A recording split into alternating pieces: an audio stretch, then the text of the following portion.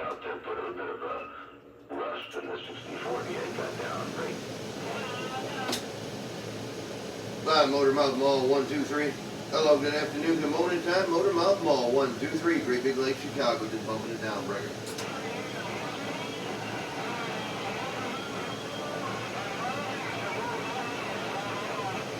Yeah, money, Motor Mouth Mall, and Mother Nature.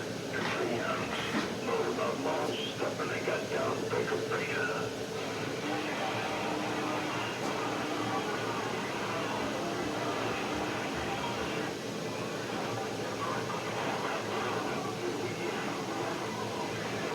Welcome to the weekend. I hope everything's alright over there. 6040 was trying to put that model down up in there. He was telling me I was up in the corner. He was wishing me a good morning and all that stuff. And I thought, how come you? Bye, Motor Mouth Mall. I'm going to key it down one more time. I got to go do this live stream. Motor Mouth 123, Big Lake 123, go. And complete annihilation.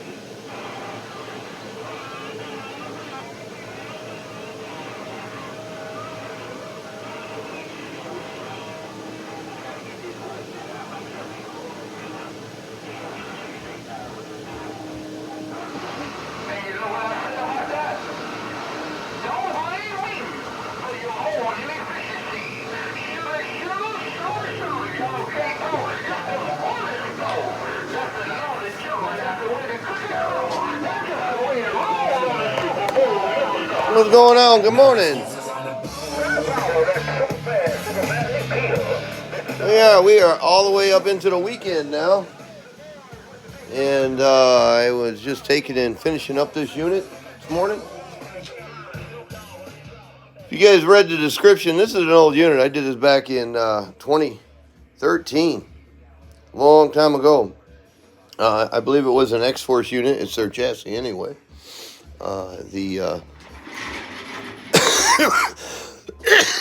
The cold is still lingering on me.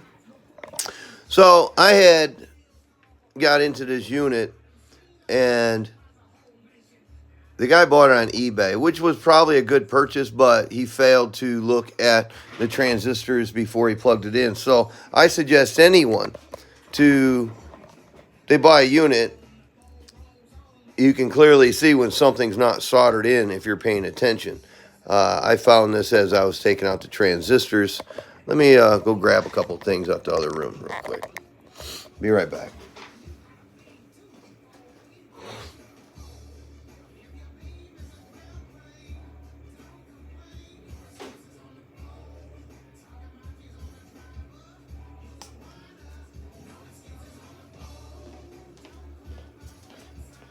Try to explain this to you guys here real quick. All right. So, what I have here are transistors that came out of it. A big black line going across my screen because it's stupid bright light. All right, so when I pull pills out, I go normally right to left and then go back, right to left. So I pull up all the emitters. This pill was blown. This pill was blown. As I was removing these transistors and pulling the tabs up, I did all the emitters first. All the little 3 o'clock, 9 o'clock tabs. Those are the emitters on transistors. Then I go back and I do the base.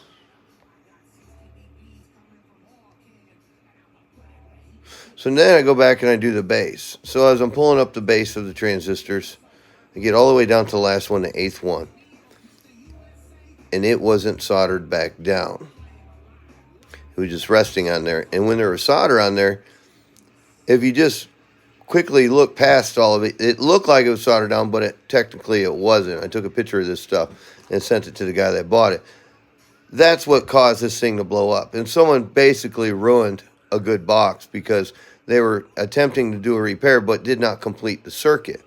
Now, what that says, ruining a box, as people take pills in and out, they get older, then they grab whatever hardware they can find. Now, we all seen these before, little wood screws. And they work, they hold the transistor in. You know, we use a self-tapping machine 440 screw. These are common practice use here. But you start getting these wood screws like that, then longer screws.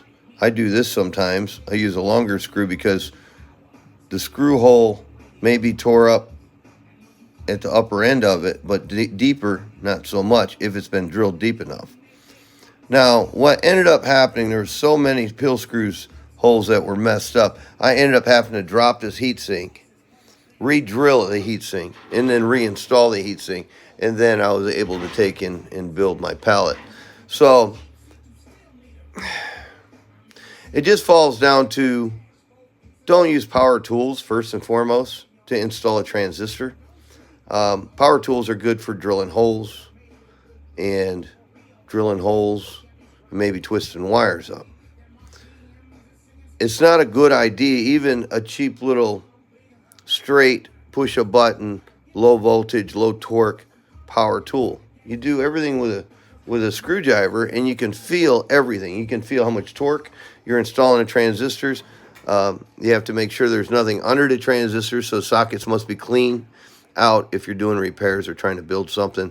Understand what you're getting yourself into, because the last guy that worked on this, you need to sell all your stuff and just kind of get out of it. But things happen. Don't know who did the work on this. It was sold on eBay. A friend of mine had bought it. The man that bought it, keyed it one time, blew up. And as I got into it, the circuit told on the guy. Somebody didn't complete their work. They did not solder down the input or the base of the number one pill right here.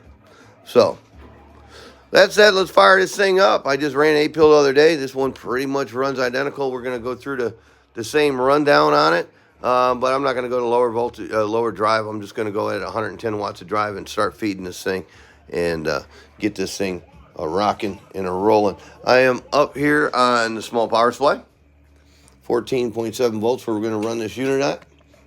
All right, let's take a look at the slugs.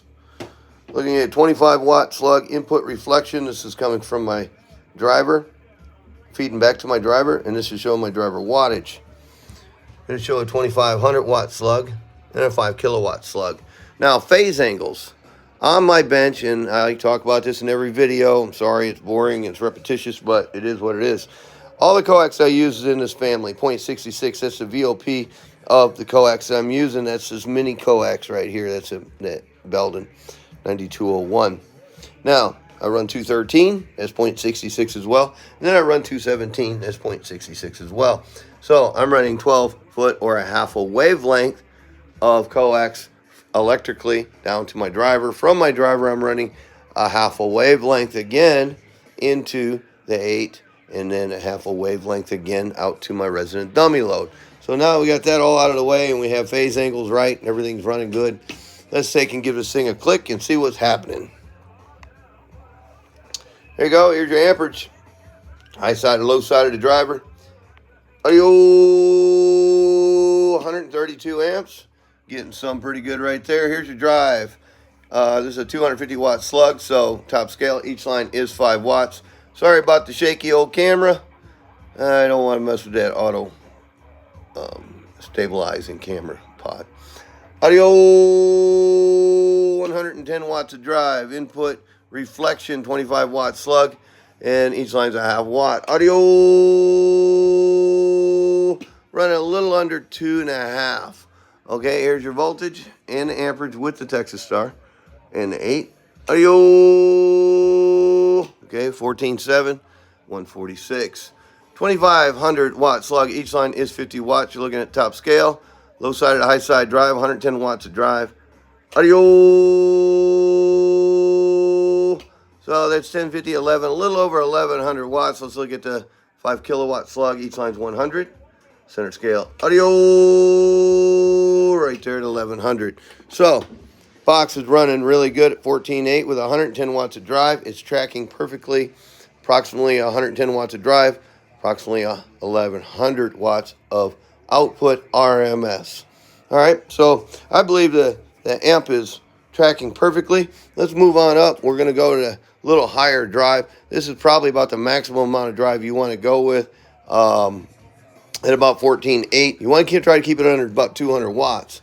After that, you're just making heat and making problems in your future. So nobody wants that. Set a carrier real quick. Okay. All right, here we go. Let's look at the amperage. Yo, 154, getting some pretty good right there. Let's take a look at my input drive level, high side of the Texas Star. 5 watts a line, top scale. Audio, 165. 165 watts of drive input reflection. Audio, hanging out right around 2.5. Let's take and check out the 2500 watt scale. Each line is 50 watts again, and you're looking at top scale. Audio, there's an easy 1500. Let's look at the 5000 watt scale. Each line is 100 center scale. Audio, right there, 1450, somewhere in there. It's really close. It's tracking. The slugs are different, and you will have a little different reading. So, short and sweet, keep it easy. I got a lot of things going on. I got a guy on his way here. I got to look at his 8-pill, I believe, and try to keep on going. So, if you guys want to play technician, if you want to play I'm the repair guy, you get that hat on, you drop down in that rabbit hole, you better be prepared on the repercussions of when you don't complete a circuit. What's going to happen is going to fail. And it maybe didn't fail on them. Maybe they did test it. Maybe they only keyed it twice. They clickety click click. Oh, it worked. And then the guy actually put some real drive in it, in a truck with some real voltage, and he clicked it and it went poof. Don't take long, especially if you're not making a very good contact, if any, on your input of your transistors or any contact point and any point of these circuits. They must be complete. If they're incomplete, then it's going to fail. So it's like anything in life, like your school teacher told you when you're in 3rd grade, Johnny, your paper is incomplete, and guess what? You failed. You got to go to summer school. Well, the guy that did this, you need to go back to summer school. How's that?